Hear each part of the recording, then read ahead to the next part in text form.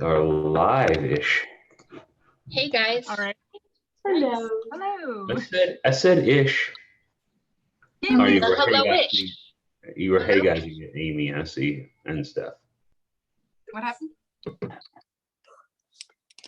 Are you going to drop the link, Tyler, for YouTube? She'll get there. I'm actually getting it created right now. It takes a little bit there, Farzana, so. Okay, sure.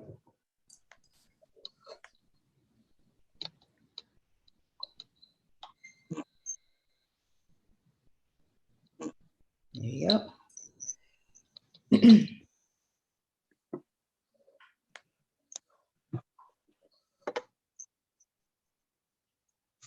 Okay, I'm dropping it in each of the events.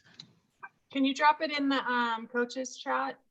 It is already there. Oh, And I am actually dropping it into the groups themselves, so we should have it covered on both sides of things there, Brenda.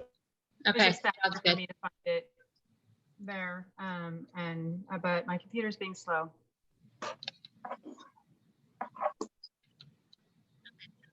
Super slow.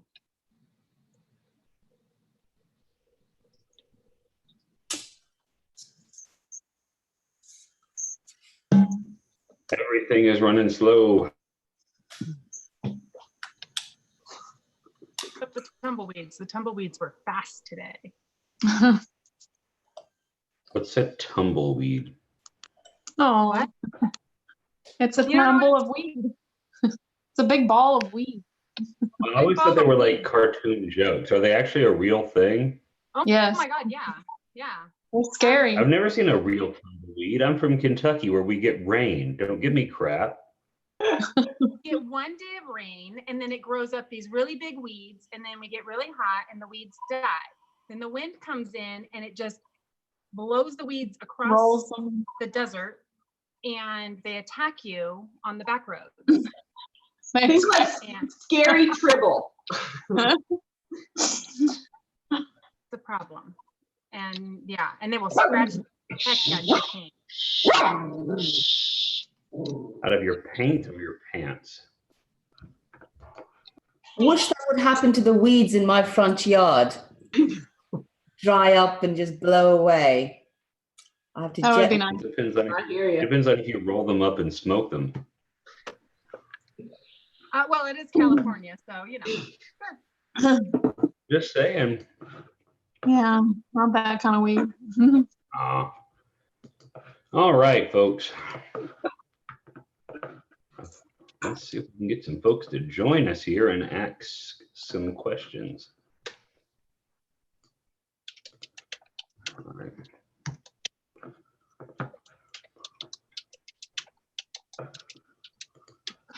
All right, I think we've got it shared across everywhere.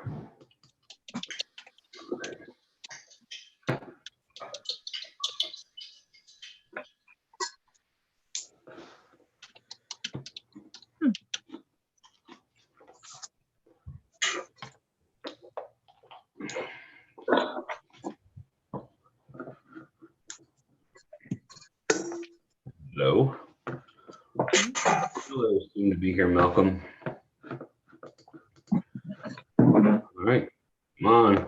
I see 14 of you, which is at least 5 more than what's on screen. So, That's a lot of Malcolms. hey, Karen. How many of them have Malcolm. pants on?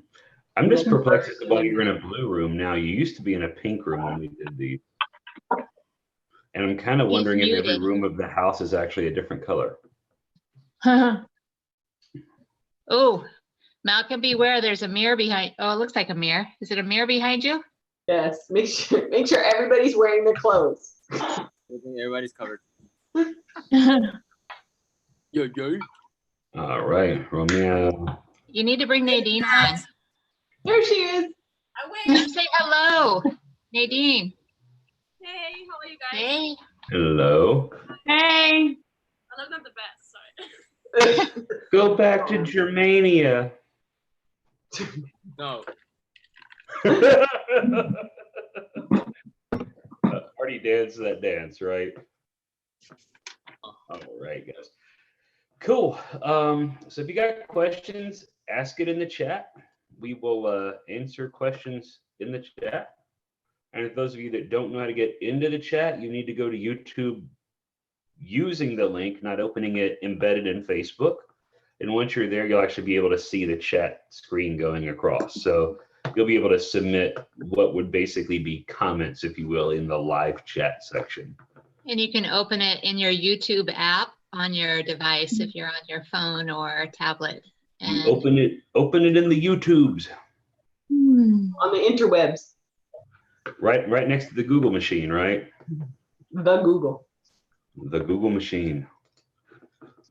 All right. Those are lots of hellos and no questions. This is going to make for the shortest call in history.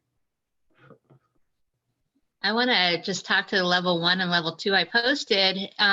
We want you to keep Malcolm and Zach and Oscar busy. Right, Malcolm? Level 3, I've seen a lot of people posting form check videos. Level 2, a little bit, quite a few of you.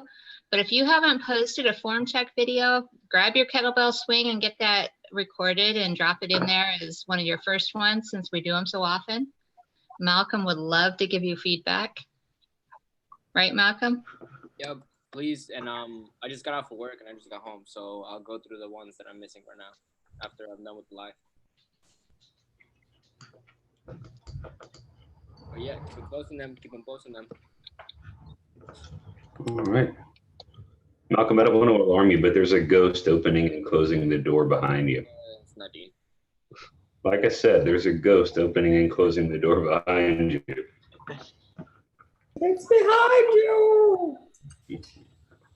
If you don't know, that's there's a kind of a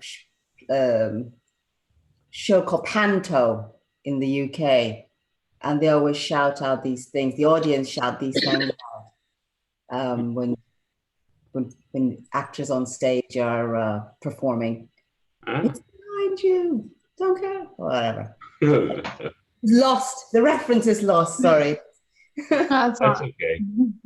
If you had gone with whose line is it anyway, I'd have probably been right there with you. So but I'm probably dating myself there. All right, folks, we got no questions. So unless you got questions, we have no answers to give. Everybody just gets super. Oh, we have a question. No question. About chia seed. Mhm. Good. Most seeds are so wildly omega-6 heavy that for folks that are specifically, especially folks that are trying to lose body fat, you're on sort of a restricted fat diet. And it becomes really, really difficult to get close to like a 1-to-1 ratio of omega-3 to omega-6 fats if you're introducing seeds. Additionally, they cause some digestive issues. I know folks with like a history of like diverticulitis, people, I think, Bren, keep me honest here, weight loss surgery folks have potentially some issues with seeds and nuts, but I could be wrong there. And then also they're basically super lazy ways of like just throwing a handful down and guessing at how much they weigh. And there's especially like really fatty seeds are really, really easy to overeat. So you end up with like 300 magic calories that you didn't realize or didn't recognize. There are some exceptions. Things like mustard seed on a salad or you know, something along those lines. I mean, technically black pepper is a seed, I guess. So like, I mean, there are technical exceptions here, but that's really not what we're aiming for. We don't want you eating handfuls of pumpkin seeds or you know, that sort of thing as a function of food. I would also point out that for some folks, they can be pretty inflammatory as well. You know, so I don't want to monopolize this. So if anybody else has any thoughts, go for it. But that was really the original basis as to the why behind seeds being a no. And I know something that shows up in the keto world, like out there on those recipe pages and stuff, is like chia seed pudding and all that. You don't need that. Luis likes to talk in terms of things that you need versus things that you want. And you need your meat, your eggs, your vegetables. You don't need chia seeds to exist. So Yeah, a lot of times those recipes will say it needs it in it for like keeping it together, but cauliflower works the same way to kind of hold it together, and it's just unnecessary. You do need chia seeds to grow like those Bob Ross Afro hairstyle things from like the chia plants, but that's pretty much it. All right, what else we got? Romeo asked about my frittata and berries. In that, there's like 50 grams of berries for the whole meal, and it fits within your macros. It's not a major source. And I don't think it's outlawed in the manual. However, I would say if you're doing the diet for fat loss, there's probably a better use of your micronutrients, your macronutrients. You get your micronutrients.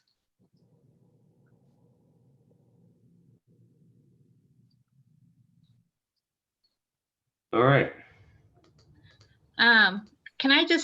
Can we address something right now? Because it's come up in both level 1 and level 2 quite a bit. And I've seen it a little bit in level 3, and that's the scale number and being discouraged by the scale number and the lack of movement sometimes. But I think this week it might be a good week to kind of address that a little bit. Sure. Sorry, Lucy decided to bark right now. But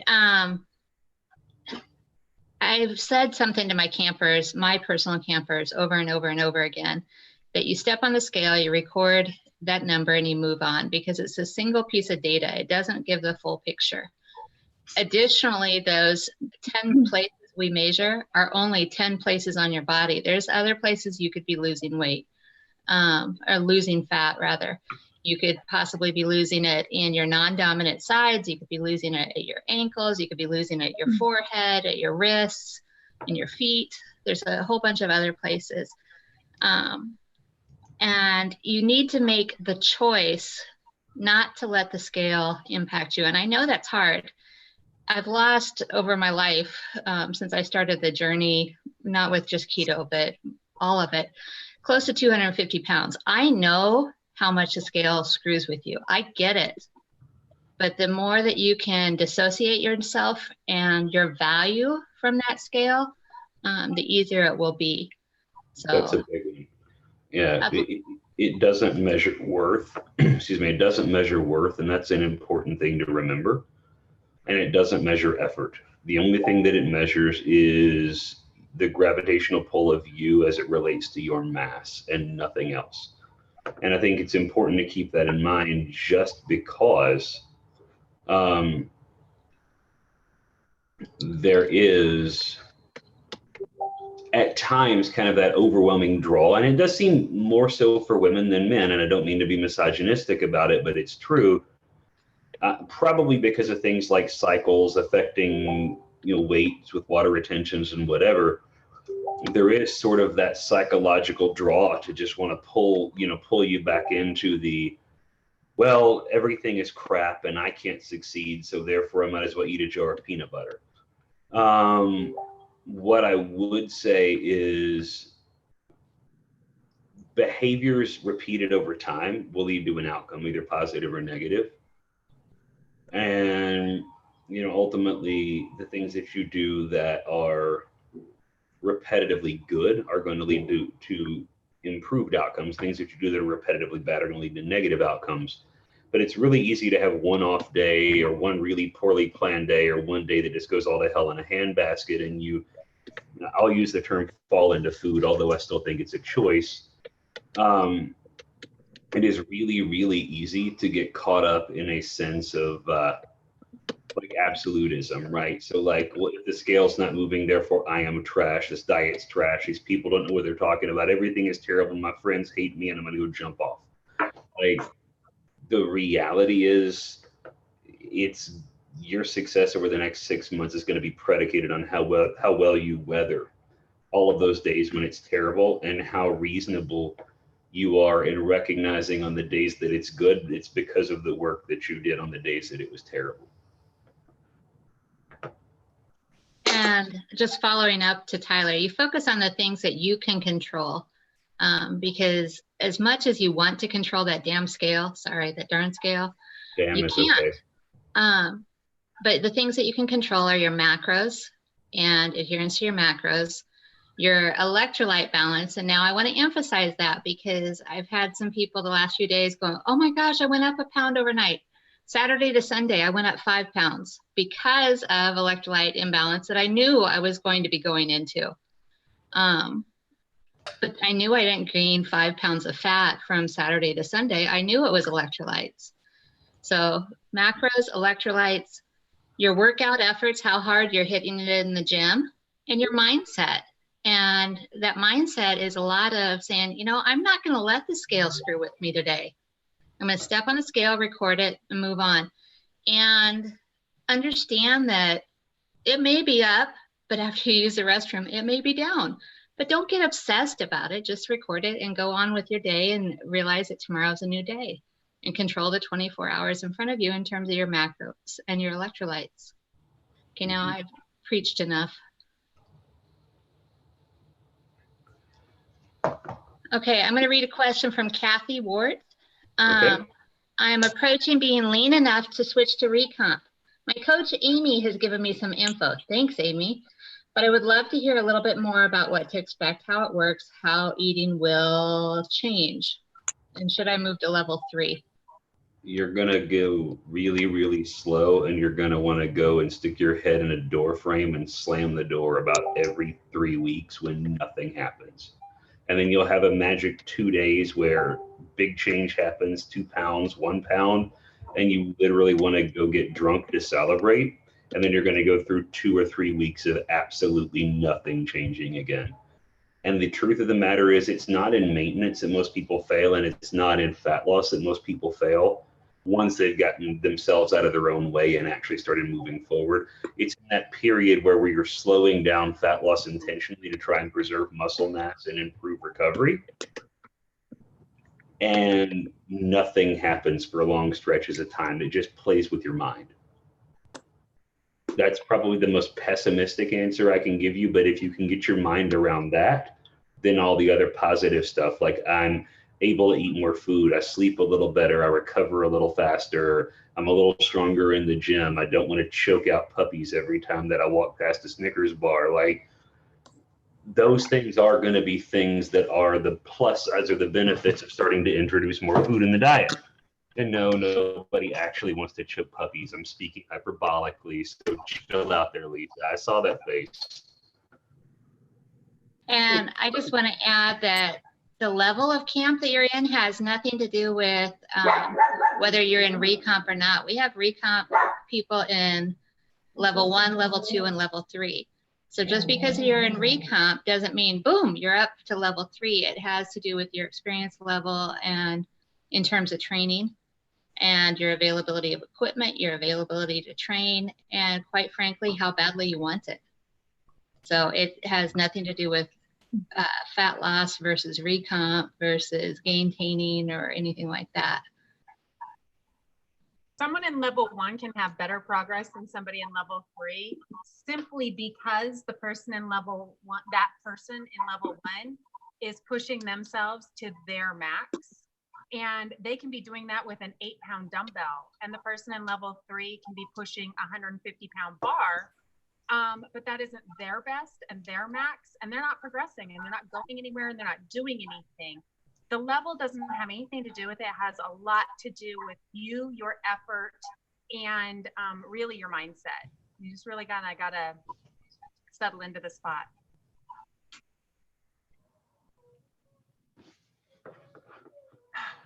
All right. Natalie says, chronometer shows me going too high, red, in some vitamins and minerals. Today it's B3, niacin. 2 days ago it was folate. Which one should I concern myself with? Electrolytes are a given. Okay, so here's the really simple way to look at this. A, D, E, and K are fat-soluble vitamins, which means that in theory, you could wind up in sort of a toxic level load. But the amount of B vitamin that you would need to take because it's water soluble The same is true of C vitamins as well. What you would have to take to introduce toxic conditions would be astronomically high. I mean, on the order of probably 1/4 kilogram. Most, red meat is extremely high in B complex vitamins. So the reality is it's not that big an issue. I would watch if I was getting mega doses of vitamin A, which is going to be really hard to do in keto because most of that stuff that's really high in vitamin A is kind of self-limited because you don't want to blow out your rear end and you don't want to blow out your carb limits. There's some things that are high in vitamin A, like beef liver, that are not plant-based, which may be a better option. D, you're going to manufacture on your own. So when you go out in the sunshine, not wearing SPF 10,000 and you stand in the sun for 20 minutes, you're going to manufacture effectively all the vitamin D that you need in the course of a day just through skin exposure to sunlight. You'll eat some, but there's just no reason to supplement it if you're getting sunshine. I will say this, some people with like seasonal affective disorder, so like mild depression that happens over the winter, tend to happen especially in colder climates or places where you just naturally cover up, chiefly because you're not getting sufficient vitamin D. But before I would supplement high dose vitamin D, I would actually look at getting like a sun lamp and actually just exposing myself to like a sun lamp for 20 or 30 minutes a day. Just you got to rotate around, so otherwise you don't wind up with like a sunburn just here and like the other half of your face looks pasty white. E is similar. It's going to show up in food. It's hard to overdo. K is similar. There's some K in vegetables. There's some vitamin K2 in meat and organ meat specifically, but the truth of the matter is B vitamins are just going to pee out. That's why when you take a high dose B complex multi, your pee turns like Voltron gold and like you pee out basically glow in the dark urine for about 18 hours. That's where all the niacin, that's where all the riboflavin, that's where all of the everything, B2, B6, B3, B12 all goes away, B1. So yeah. UB40, that's where they go as well. And I would say, Natalie, look at it over time as well, because you mentioned this day and that day, but if you're consistently over in some area, then you might want to consider it, but not a day here, a day there. So that's also something to consider. The comment about vitamin A from plants. The carotenoids can turn your skin slightly yellowy orange, but the amount that you would have to consume is for the most part incredibly stupid. And thank you, Michelle, for getting my UB40 reference. Nobody else appreciated me over here going red wine, but that was a play on Simply Red. But anyway, all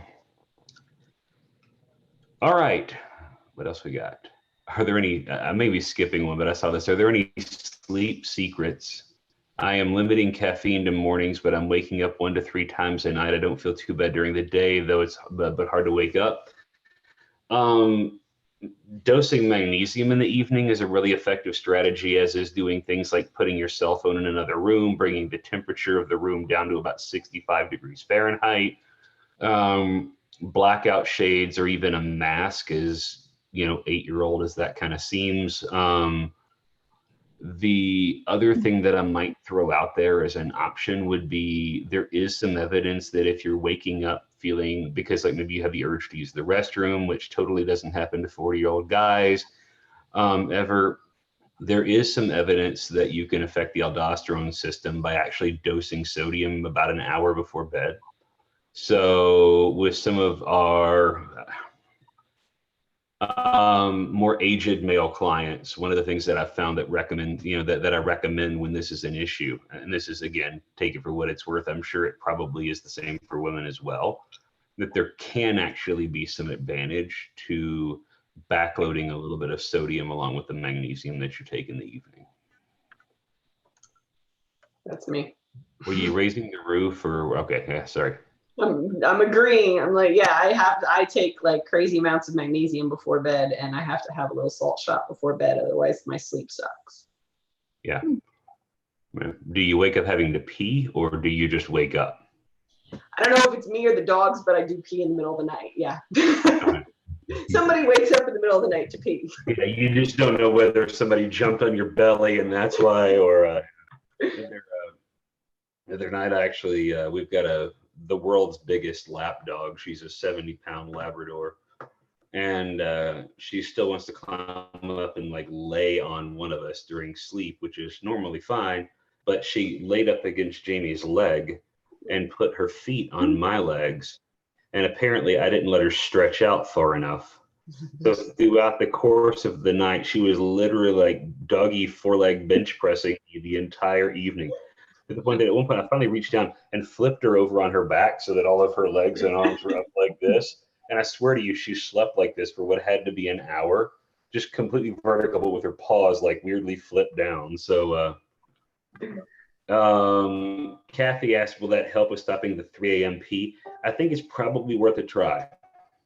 I would say this, you don't want a lot of liquid when you're introducing the sodium, so it needs to be a very, very salty, almost unpleasant salty shot.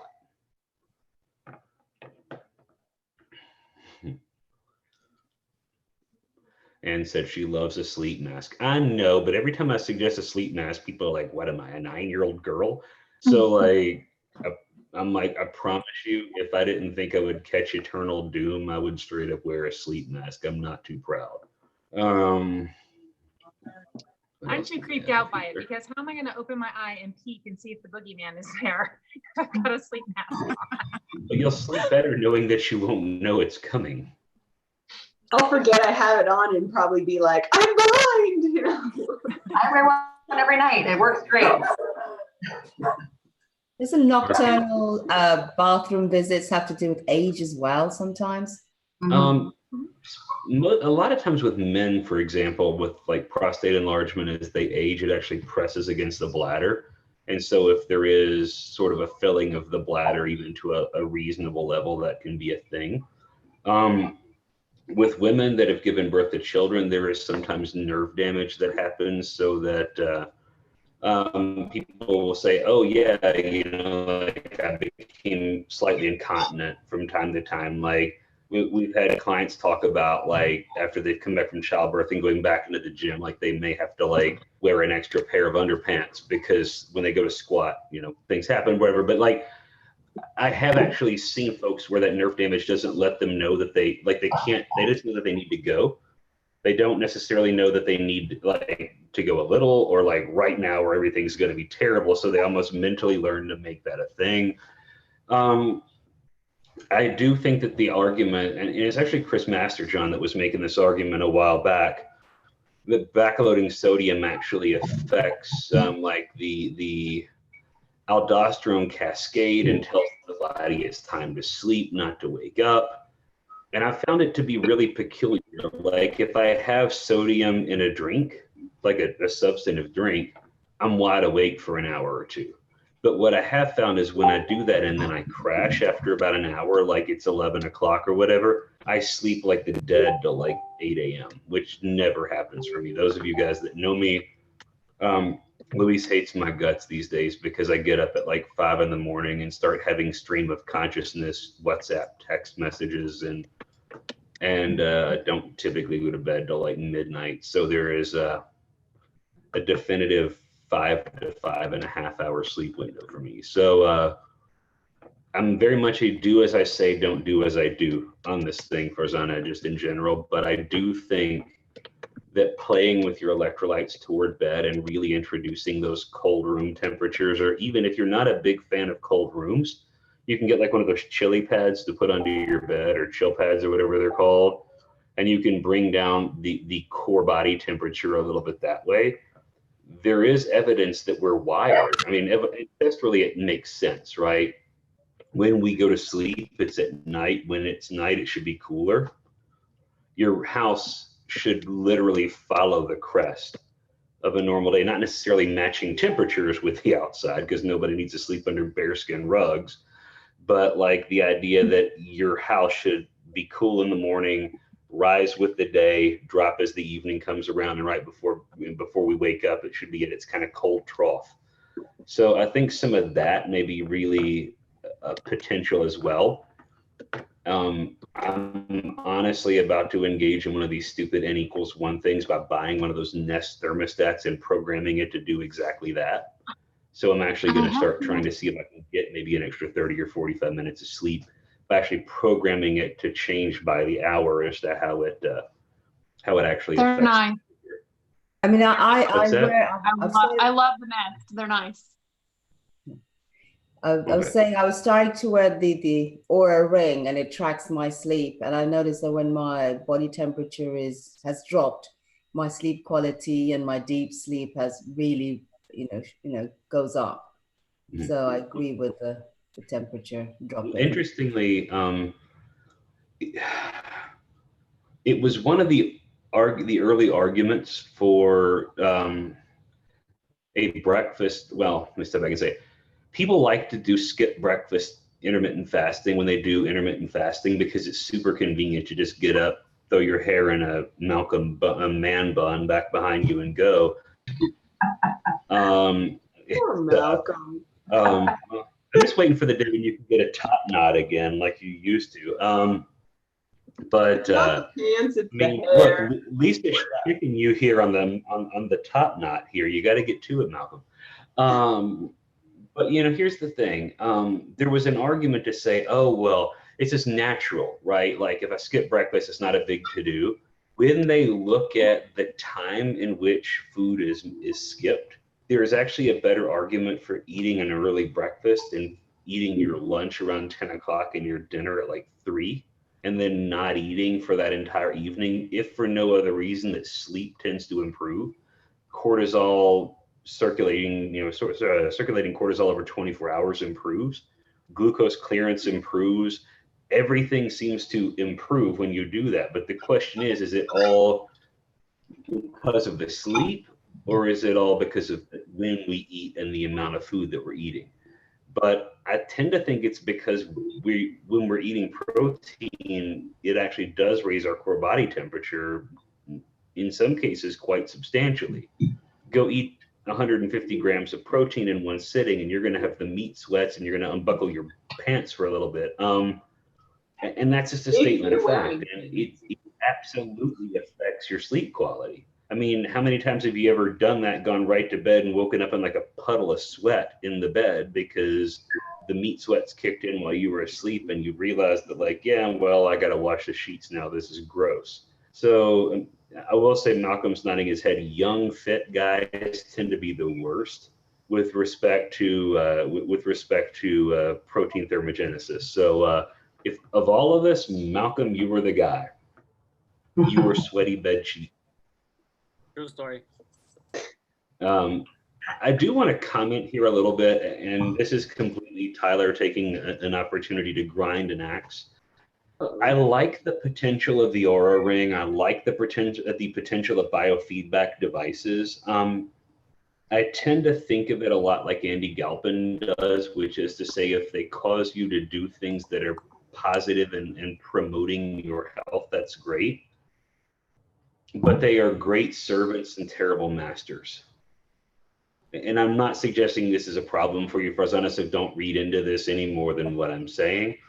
I have seen people who live and die by what their Aura Ring or what their Fitbit or what their Body Bug or what their continuous glucose monitor or what their Native American shaman told them, or when they called Sister Cleo on the 1-900 line, what she said. Like, when you affix your outlook and your behavior based on something that can have only marginal accuracy, you're really hitching yourself the wrong wagon. I'll give you a good example because I'm a jerk.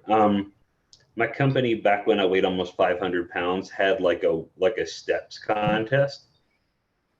And I realized that the Fitbit thing that they had was using a 2-axis instead of a 3-axis gyroscope for the pedometer. So I just strapped it to my dog, and literally played fetch with him all throughout the day, let him go outside for hours and run around and act like an idiot. And I was averaging like 18,000 steps a day for like ever, and ended up winning this competition solely by letting my dog do the work for me. Cheater. I just get super. Was your dog fit? What's that? Was your dog fit by the end of it all? My dog was an athlete even back in the day. But it's funny, like, yeah, I have seen those things do really good things for people, which is to say, force them to actually think about their sleep and think about how when they eat and what they eat impacts how they perform and how they sleep and how they interact with people. I have also seen a situation or 20 where people have become neurotic. Well, what did I do the day before? Because I only got 35 minutes of REM sleep last night as opposed to my normal 47. And it's the same thing I see in biohacking in general, right? There is kind of a law of diminishing marginal returns that happens, where if some is good, there's like this hormetic response, then more must be better. I'm going to give you a good example. If you go and you roast a vegetable, the roasting of that vegetable actually makes the nutrients in that vegetable more bioavailable. There is a hormetic response to vegetables. If you take an acetylene torch and burn those things to ash, good is good enough, more is not better.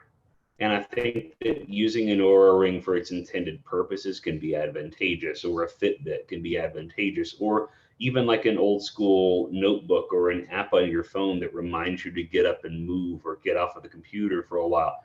Great things to use. Let them be servants for your health and not masters over your health, because when you do, you've ceded control. And one of the biggest challenges I see with people trying to get control over the change that they're trying to have in their life is when they give control to somebody else instead of taking responsibility for the things and the choices that are actually theirs to have. So, complete soapbox that I'll step down off of right now, but I just wanted to kind of say that because I think that it is an important thing to consider. Okay, I'm going to jump in and read another question. Sure. Emily says, can you talk a bit about overtraining? How much time in the gym is too much? Sometimes with warm-ups, I end up spending about an hour and a half for my workouts. Emily is at level 2, and I asked her what she's doing for warm-ups. She's saying 2 to 3 light sets. I missed it. 2 to 3 light sets for, I'm guessing, each thing. Emily, you only need to be warming up the compound lifts. You don't need to be warming up like the one-arm rows or things like that. So just the big lifts, the bench press, the deadlifts, the squats. You shouldn't be you don't need to be warming up like the dumbbell work and things like that, the 4-3-1 squat or a sumo squat or Romanian deadlift with the dumbbells. You don't need to be warming those up. So. Yeah. You may need to do maybe one little quick preset to make sure that you've got the correct weight, but you don't need 2 or 3 full sets. Sorry, what's that? And on the training sheet, I know there's space for 3 warm-up sets for each of the lifts. That's not required. The only things that require them are the big compound lifts. Focus on the compound lifts for warming up. 2 to 3. I can't hear you, Malcolm. Can you hear me now? I can hear you. Good. Yeah, just focus on 2 to 3 sets for warm-ups on those compound lifts, like Brenda said, the overhead press, the bench press, the deadlift, and the squat. The rest you don't actually need to do any. You should be warmed up already. Yeah, if you're warming up a curl, you're doing it wrong. Just being really honest. That's why the accessory movements are typically in the back half or after the compound movement that actually activates those muscles. It's because you're already kind of doing it. Okay, next one. Jamie says, is it concerning being late on my period? I dropped my fat intake by 30 grams 3 weeks before boot camp and lost weight. Boot camp gave me another big drop in calories. I'm over 3 weeks late. I mean, the big question that always comes up is the big question that always comes up. Is there any chance that you're If you in a bun in the if you ruled proverbial out oven? pregnancy, it is not necessarily concerning. When we drop weight, that can stress our bodies, that can delay ovulation. And if ovulation is delayed, then our period and our cycles are delayed. Obviously rule out pregnancy first, and then secondary, I wouldn't be too concerned. Big diet shifts cause big hormone shifts sometimes, and with big hormone shifts cause our bodies to to do. Somebody step in and help me. So just in case you wonder what we're laughing about, I do actually have a chat window going, and I promise you that did not sound like she said big diet shifts. It sounded like there was a letter missing because of the way that my computer heard it. And so I literally had to ask the question in the chat as to whether it was big diet and another S word. I got a filling today, and so I might still be not enunciating properly. Yes, I said diet shifts, not diet shifts. Okay, as long as we're clear. Leslie has a question. Why are there no ab exercises? Because you incorporate your abs on the non-compound lifts. Right. Leslie, you need to work out with me because my diaphragm today contracted so much from our non-ab workout today, where I worked out my abs. So maybe we can jump into that one for a bit, because that has actually, I've been fixing that on the form checks, is knowing the proper way to breathe. When you're doing the compound lifts, you have to know how to brace your core, and not just your abs. You have to know how to brace the whole circumference of your core. That means your back as well. It's called Valsalva technique, and I can put a link on it later on today on each form check thread. That way you guys can see it. But it's basically knowing how to brace yourself in order to have the proper power to be able to lift that amount of weight. And a good plug for form check videos. Leslie, if you haven't been submitting them, I would strongly suggest you do so that Malcolm can give you some feedback. And that link, sorry, Brenda, that link that I'm gonna post actually goes way deep into like why and the hows and the reason why we do it and everything. So it's about a 30-minute video. So if you have time, you can actually watch it, and it goes into very deep, explanation of how to perform or why is the Valsalva good in certain lifts. So I'll put that in the form check videos thread, that way you guys can see it. Protects your spine, doesn't it, Malcolm? Yes. So if knowing how to like brace yourself can actually protect your spine, your organs, and all that stuff. So yeah, like I said, I'll put that link, that way you guys can see it, because we can actually go into like super depth on why this is actually good. But I'll post it there. I don't want to be Tyler.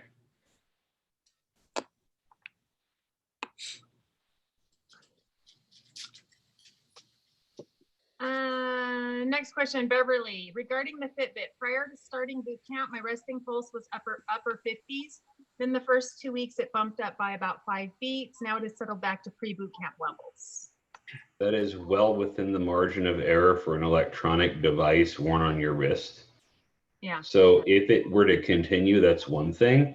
One thing that we do know is increasing sodium intake can actually have an increased effect, even apart from the iodized salt aspect, to thyroid output. And remember that most of the things when we're in a dietary deficit that are driving, that are actually driving self-preservation, that whole metabolic slowdown thing, are thyroid derived, right? So you decrease intentionally the output of the thyroid because you're trying to lower respiration rate, you're trying to lower your pulse rate, you're trying to lower your core body temperature by a little bit, not by a lot, with the sole focus being, therefore, you can actually therefore you can actually stay alive longer because the body's presuming that you're in a state of deficit, whatever term we want to use. So what you're going to want to do is when you introduce sodium specifically, it does tend to increase that slightly. It tends to improve the body's metabolism a little bit. So I wouldn't be surprised if you saw core body temperature go up a little bit, resting pulse rate go up a little bit, even your blood pressure creep up maybe 4 or 5 points on either side when you're eating proper electrolytes. So I would not be super worried about it, but the margin of error on home-based electronic devices is about 25% in either direction. So I wouldn't be super worried.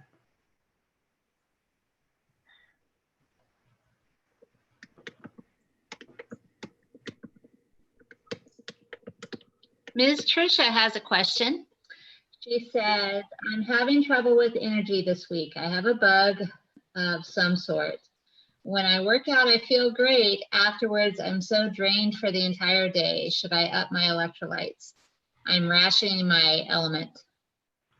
Well, the good news on the second part of that is it will be shipping probably on the 20th.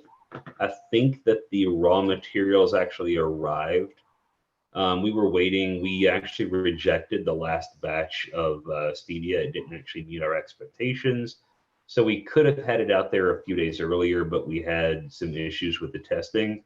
So they ordered from another manufacturer the stevia, and now we've tested it. We're happy with it, and it should be going out the door to our third-party logistics company within about 3 or 4 days. So no need to ration the element any longer. Trisha, anytime I'm feeling lethargic, I always start by upping my electrolytes by about 1,000 milligrams of sodium. And if I up my sodium, I up my potassium a little bit as well. I can't give you a specific number there. I just take more. But I start with 1,000 and see if that helps. And I say 1,000, it might be 1,200, it might be 800. It's ballpark around 1,000. Yes, I measure it, but right now I'm just telling you about 1,000. And see if that helps. And if not, I might up it another 1,000 later throughout the day, not all at once. Lynette, was that being thrown to a dog or a child, just out of curiosity? Yeah, she's being very noisy today. She didn't clarify whether that was a dog or a child yet, though. I think her children are close to 20, so I'm hoping it's a dog. It's our puppy, and she's very excited we're home, so she's like barking like crazy and wants to play. Sorry. Ah. Well, if my dog hears Lucy barking, she always comes to investigate. Oh, yeah. Zoe hears Lucy should howl. She doesn't know how to howl, but she will bark incessantly. Oh, Zoe will howl. Well, yeah. You'll hear her. Right, baby. No, I won't egg her on. That's her crying. Jamie says, admins on my Hashimoto's 411 page are very anti-keto. They say carbs are needed to convert T4 to T3 and for optimal hormone function. Are they wrong? I'm actually responding in written form here because this is a long answer, but the short answer is the body actually manufactures a metric crap ton via gluconeogenesis of its own carbohydrate requirements. Most of those are actually intended for purposes of actually being used by red blood cells, by brain tissue, by some other tissues in the body that can't actually utilize glucose, or excuse me, cannot actually utilize ketones or fat directly. And so I would simply say this: if I shifted my food intake, right, from a low carb to a very high carb, low fat approach, my blood glucose would actually remain just about the same because I would modulate calorie intake over the course of the day because I wouldn't eat like an asshole. That's really the best answer I can give you. One of the reasons that thyroid function decreases, actually two of the reasons thyroid function decreases in a ketogenic diet, is one, because people tend to spontaneously eat less. That is clinically demonstrably proven. The second reason, and less food intake equals less thyroid output. It's just a function of truth. And again, back to the self-preservation and adaptation thing, the body is wired to keep you alive. When you eat less food than the body's used to it, it interprets that. And I hate to anthropomorphize the body, but it interprets that as a period of famine. So what are you going to do in a famine if you're concerned about staying alive? You slow down non-essential parts of your metabolism. It's completely normal. But a lot of these folks sit around wondering, and I know, like, I like El Russ a lot, and I like a lot of these people that are in this space, but I find some of the advice that they're giving hugely counterproductive to the point of being almost dangerous.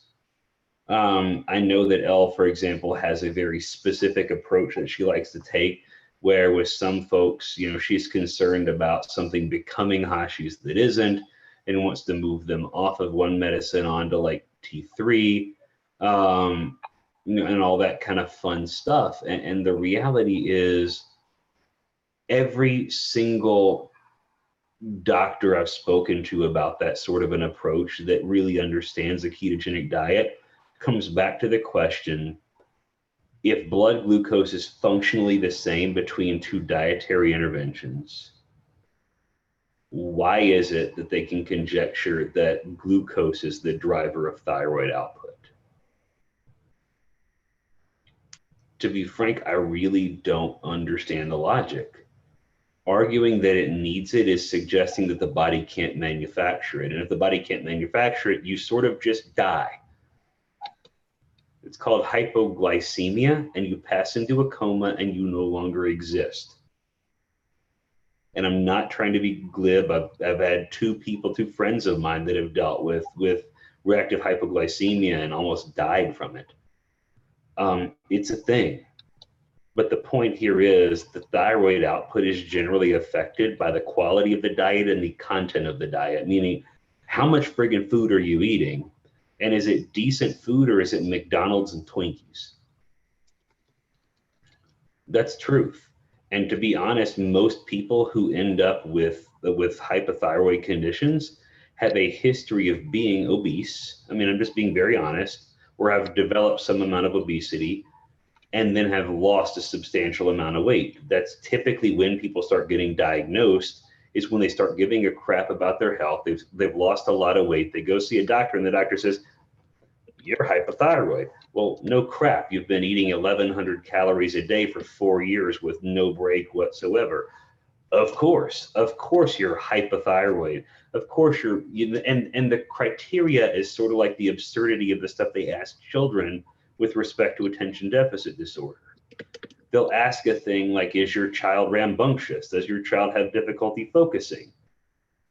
Yes, because he's a kid. He doesn't need Ritalin, he needs a basketball in 2 hours outside dribbling it. And I'm not suggesting that ADD isn't a thing. I don't mean that to come across that way. But the criteria for diagnosing somebody, especially in like functional medicine doctor spaces, for diagnosing somebody as hypothyroid has nothing to do with the blood panels and everything to do with how you report how you feel. Things like, oh, I feel lethargic. I feel tired around 3 o'clock in the afternoon. You know, my hair is falling out. And ever since I started going keto, this is getting worse. Oh, well, how much protein are you eating? I get a full 50 grams of protein a day, whether I need it or not. Well, no wonder your hair is falling out. No wonder your nails aren't growing. No wonder you feel lethargic. No wonder you feel run down. Your body's trying to keep you from sarcopenic death. And so I get a little passionate about this. I don't think it's necessarily to say that they're wrong. I think that their understanding of human physiology is a little bit impaired as it relates to the semi-fasted or the ketogenic state, as sort of a fasting mimetic diet. I just think that they don't understand it. And because they don't really understand it, they're saying things because they've seen people go keto and really blow up their thyroid. Well, I've seen people do really stupid things with ketogenic diet, like the long course triathlete that I counsel who was working with another, shall we say, internet famous keto coach, taking in less than 40 grams a day of protein. Yeah, let that sink in for a second. training for an Ironman triathlon, 140.6 miles over the course of about 9.5 hours, and taking in less than 40 grams a day of protein. Yeah, I have problems with Is he those. on like 200 grams of fat or something? Yes, or more. Yeah. And I have huge issues with that approach. And I think that sort of thing will absolutely bork your thyroid. Because guess what? Do you know what TSH and T3 and T4 are made of? Anybody want to guess? In amino acids. They're peptide hormones. That's what they do. The peptide part in there means made up of amino acids. And if you don't have amino acids and you don't have sufficient protein in circulation, the body is going to move to protect the organ tissues. It's going to sarcopenically cause rot with respect to your muscle mass. And then because it can't get all of the stuff that it needs from there, it's going to immediately start telling the body, tell the hypothalamus to tell the pituitary to stop producing, to do all this sort of stuff. It is insanely circular, the logic that we're all going to. If they want to say doing a 4 to 1 or a 3 to 1 ketogenic ratio is going to bork your thyroid, I agree. Done wrong. But to some degree, when you're dealing with refractory epilepsy, or you're dealing with oncologic care, like an adjuvant care for someone with cancer, or you're dealing with early stage dementia or Alzheimer's, I'm okay with that. Because I can give you T3, I can give you TSH, I can give you, NP thyroid. I can't, I don't have a DEA number, but somebody can. But what I can't do is cure cancer. And if that gives that person a cure or an extended life or a better life quality, then so be it. If it stops refractory epilepsy, if it slows the degenerative process of Alzheimer's disease, we have to run through the question of context and how the diet is structured before we start really making blanket statements like keto equals my thyroid is borked. I get really worked up, as you can tell. I've been ranting for 5 minutes here or more about this topic. It is insanely stupid to start lambasting a dietary strategy. There's a stupid way to do vegan and there's a smart way to do vegan. I've got a couple of friends or people at least that I know who are vegan bodybuilders, and they're very, very good at what they do. And they're ripped. And I would never want to get into a wrestling match because they'd probably whip me all over the mats, and one of them's a girl. Here's the reality. There's a stupid and a smart way to eat keto. The stupid way blows up your thyroid, it blows up your muscles, it causes hormonal issues, it causes chunks of hair to fall out and your nails to rot off and every other kind of bad thing to happen.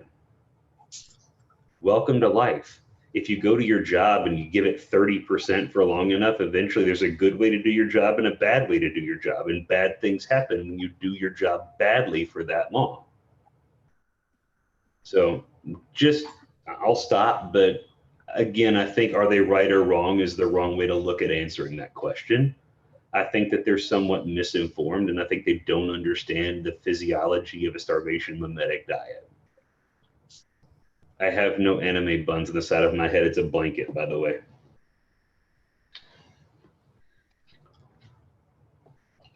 Christine mentioned that. And Jamie says, so carbs are not needed to convert thyroid hormone. I'm not saying that. I'm telling you that you are never without carbohydrate in circulation. It's irrelevant. The dietary component of carbohydrates is immaterial to the conversation. This is me being cranky, by the way, if you can't tell. And yes, Trisha, dying is not good for life. That's correct. And speaking of Trisha, she had a question from Malcolm about sumo squats. Did you see that, Malcolm? No, I can't open them because if I open them, then. Oh, okay. So she's asking, when doing sumo squats, should my hands be opposite directions when lifting the bar? She's almost at her body weight and she's doing it barefoot because her feet really slide when she's in her shoes. So she wants to know about a mixed grip or not. Yeah, so I would stick for now the overhand grip, so both hands like this. And the reason is because you're gonna create a lot more strength over in a period of time. And taking off your shoe is the best thing you can actually do. I actually do. I bought some deadlift slippers, and there's like deadlifting barefooted. But according to your regarding your hand placement, I don't suggest hook grip because if you don't know how to do it correctly, you can actually blow up your arm. True story. But Again, blowing out your arm is not good for your lifting yes, experience. and it's also it's actually a lot more technical than people actually think. You have to apply more things. I'm not saying you guys are not capable of, but what I'm trying to get at is that doing the overhead grip will actually get you a lot more stronger in the long run rather than having a mix or a hook grip. Would you So, suggest the Cobra grips, Malcolm? sorry. Would you suggest the Cobra grips over? Yeah, if grip strength starts to fail and you do have the energy to actually do those sets and reps, but your grip is failing on you, then I suggest you invest in those Cobra grips or the straps, or use chalk. But I really, really, really, and I'm trying to, for you guys to really stick with the way of placing your hands is always do them overhand for right now, even on level 3. Mixed grip can actually be a bit, it's a lot more technical, and I want you guys just to stick to overhand grip and invest on those Cobra grips if grip strength is actually failing. Could mixed grip also give like imbalances as well? Correct. So for example, if everybody they're always gonna put their underhand and on their dominant side, and if you forget, you do your set and you're into the weights and you're focusing on stuff and you forget about it and you do the same hand, the one that's under on your dominant side, you're gonna keep on forgetting. So over a course of time, you're gonna be, you're not gonna be symmetrical. You're not getting stronger on both sides. You're only getting stronger on one side. That's one part. The other part is if a slight bend on your arms can actually have your bicep torn. So it is actually, it's a lot more technical than what people think. But yeah, I don't really suggest overhand mixed grip right now. Yeah, for competing, you can't use straps. So yep. When I was deadlifting before competition, the most I could double overhand was about 155 and I was failing. So I used straps all the time. And then when I switched to powerlifting competition prep, I would do mixed grip because you can't use straps. And I could do 320 pounds, mixed grip, no issue.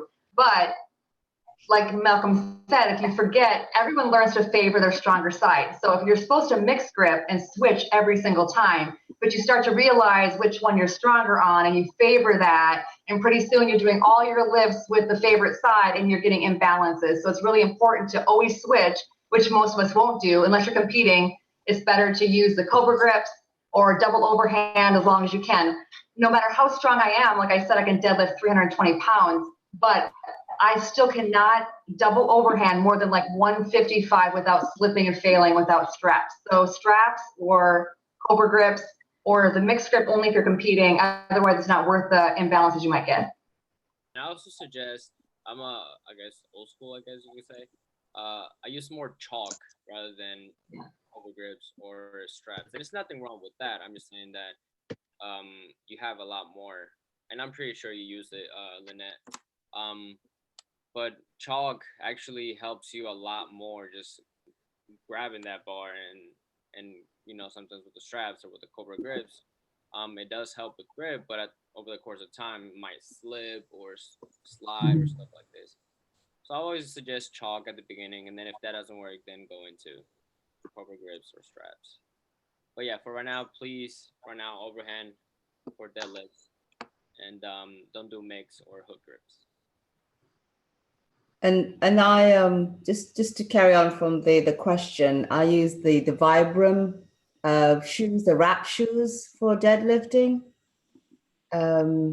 because my gym won't allow bare feet lifting, so you have to have something on your feet. Yeah. In this case, I would really go with Chucks. Deadlifting slippers are what I use. Don't do them on your socks. Reason why is because depending on the sock, you might slide, and you don't want that. I don't want you guys to just do a full split while you're deadlifting. Yeah, Amy's face, I saw that. But I also suggest, and it's not a huge thing, if you're using squat shoes for a deadlift. It's not big, but if you can avoid using those squat shoes while deadlifting, that'd be really good.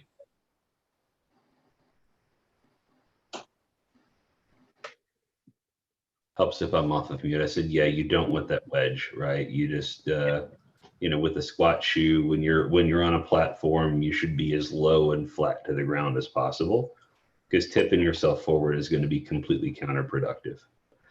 I actually used to know guys with really good ankle flexion back in the day who would actually insert inverted wedges. So they would actually, for their platform shoes, the shoes would actually set rocking them back in their heels ever so slightly. I've watched on more than one occasion it knocked them over backwards when they were deadlifting, but on the days that it worked quite well. So yeah. So yeah. There was a question, and I responded in the chat, that asked about omega-3. Well, I asked about whether or not, looking for it, whether pastured eggs versus conventional eggs for nutrition were worth the extra money. My comment there was to say, look, if you can fit it into the budget and you can fit them into the diet, then they're going to have a higher omega-3 content. One of the challenges, you'll see words like pastured or free range on like commercially available eggs, and there's no clear definition of what that term actually means. And so you're literally buying, chickens, for example, producing eggs, and they'll say, oh, look at the difference in the yolk color. You can tell this is healthy, until you find out that one of the things they slip into their feed is high dose vitamin A. Because back to the turning things orange conversation, it actually makes the yolk substantially orangier. So you have to be careful with the games that ranchers will play when they're on commercial operations running 200,000 head of chicken at a time. If possible, I would look to like farmers markets and local swap meets, or even online like Facebook Marketplace or Craigslist. If you go on a Craigslist or a Facebook Marketplace, take a friend and let people know where you are. Because while it's generally safe, there are weirdos. Just saying, I've met some creepy people. But literally, Kathy said, yeah, the cage free literally means the chickens have been out of their cage at least once. They got the cage for free. Like they showed up, and the farmer was nice enough to give them a cage at no charge. The reality is, yes, pastured, free range, whatever, is probably better than the horrid conditions of most commercially raised chickens or eggs. But if you can buy them from a local farmer where you can actually see the chickens bebopping in the front yard, that's probably going to be a much healthier egg. And we all know that eggs are both incredible and edible, according to the commercials. So there you go. It's what they eat, isn't it? They could be, and they're not organic, but they might be having seeds. They're not vegetarian. Chickens are scavenger, bug-eating machines. Mm-hmm. And you'll look at a container of like 12 or 18 commercially raised eggs, and like, vegetarian, cage-free. Like, stop feeding my chicken grain. Like, feed my chicken like mealworms, feed my chicken crickets and grasshoppers. yeah, it'll eat some grain, it'll eat some grass, but it's generally eating bugs and worms. So take that for what it's worth.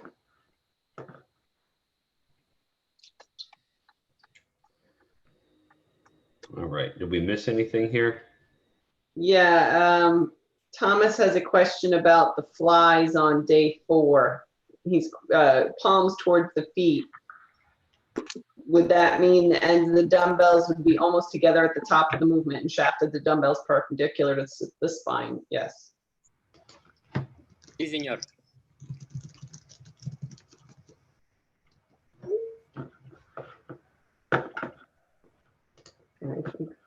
Okay. Do you have any more questions? I don't About farm fish? Oh, the fish, yeah. Under the wire there. Where was the question? Oh, wild or farmed fish. Yeah. It depends. So what I mean by that is, in the same way that farmers are playing games with respect to like chickens and pig production, the beef producers, by the way, don't pull punches. They're like, nope, conventional beef is fine. We're doing CAFO. They get finished on grain, go pound sand. But like the pork producers and the chicken and egg producers want to give you this bucolic sort of like pastoral view of how their animals are raised. And I got to be honest, I think that most pig farmers and chicken farmers have ever found that they could figure out a way to stack the animals vertically and let them crap on top of the other ones, they'd probably be okay with doing it. And the ones that don't do that are the people that I would actually like to buy my meat from when and where possible.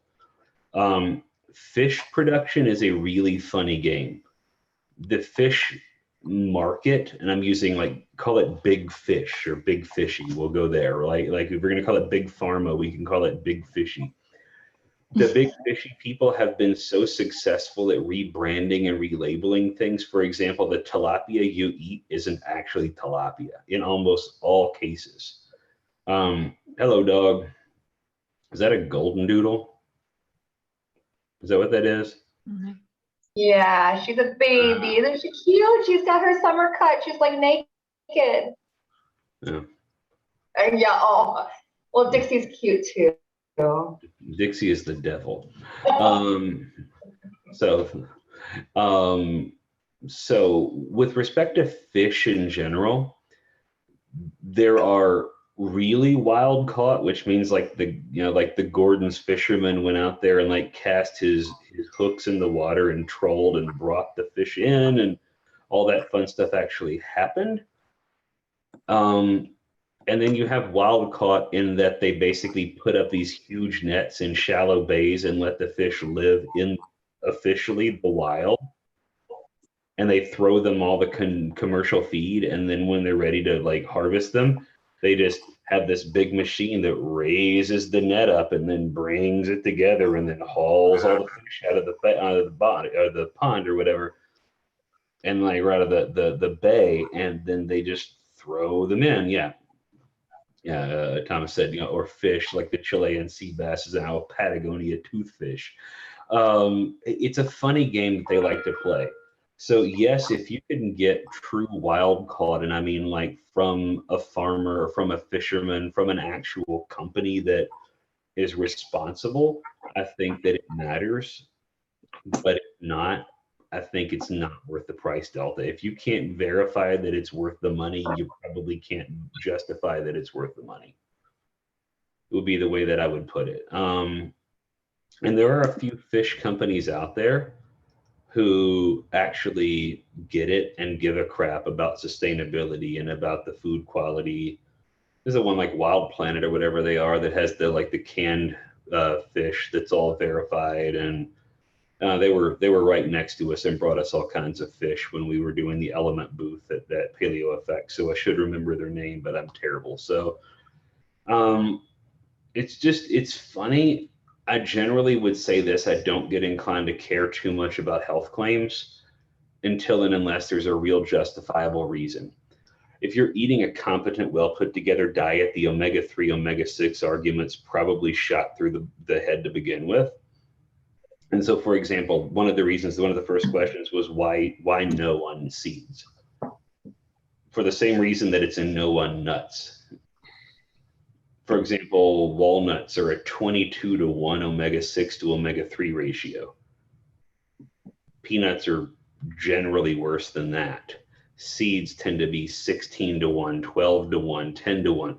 You eat more than about 15 grams of those things, and it is almost impossible to get enough omega-3 to counteract that potentiality for an imbalance in omega-3, omega-6.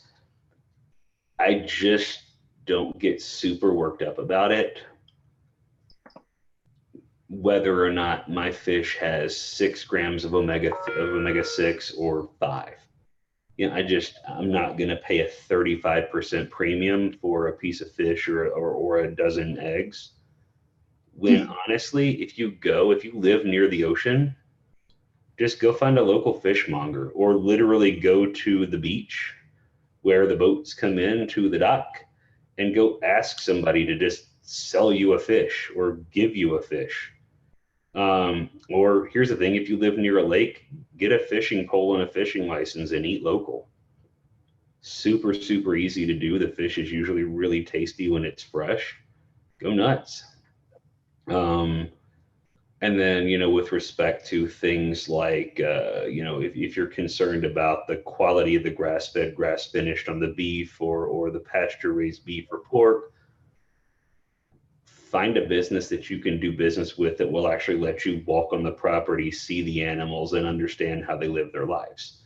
Because if you're not prepared to go to that level of depth, you're basically buying the same thing as these obnoxious carbon offsets that exist out there, right? You're allaying your guilt by throwing money at it. Just my 2 cents. I think you're allaying concerns about your health by thinking you're doing healthy by throwing money at it.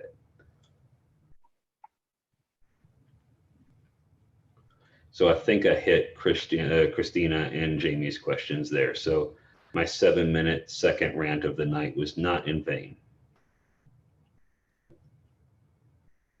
Michelle said, but macadamias, yeah, they're pretty brutal.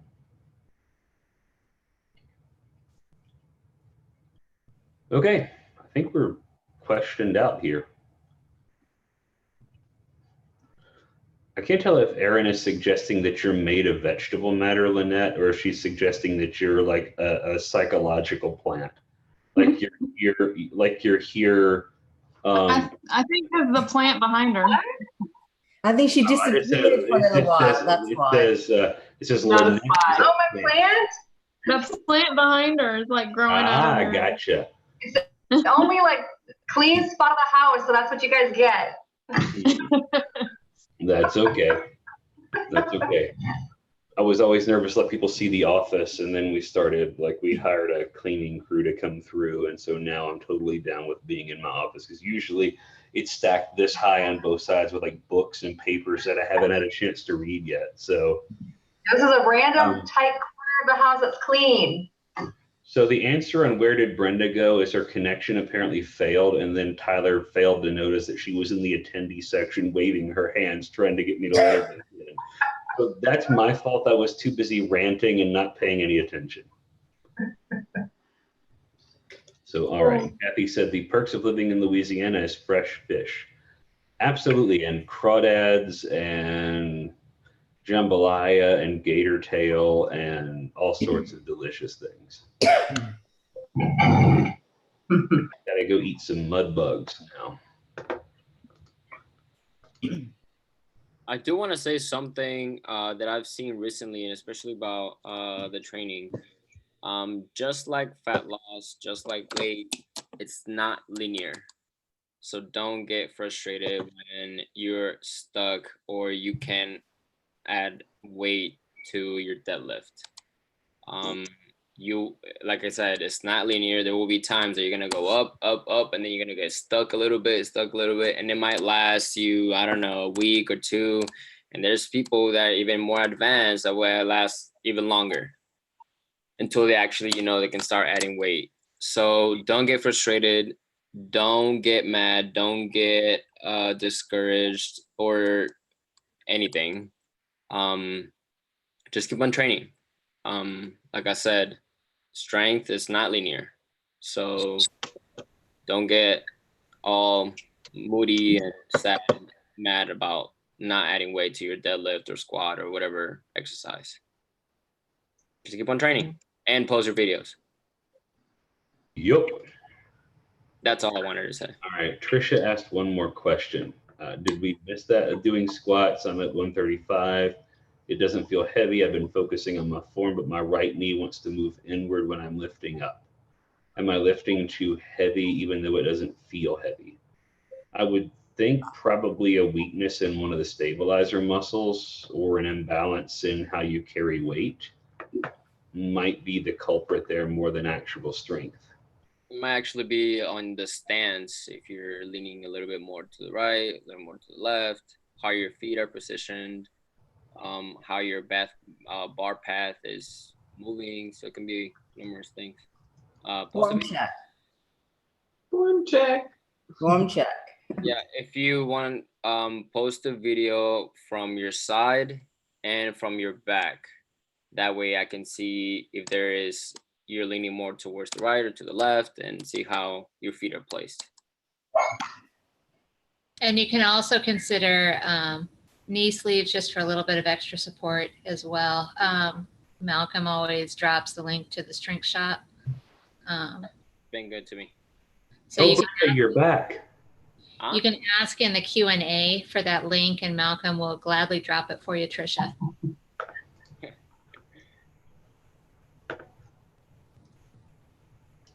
Cool. I think we are just about finished. Maybe. Cool. All right, guys. We will be back here same time next week, and we'll be doing this all again. Welcome back, Melissa. Just in time to wave goodbye. We'll see you guys. Bye, everybody. Bye, guys.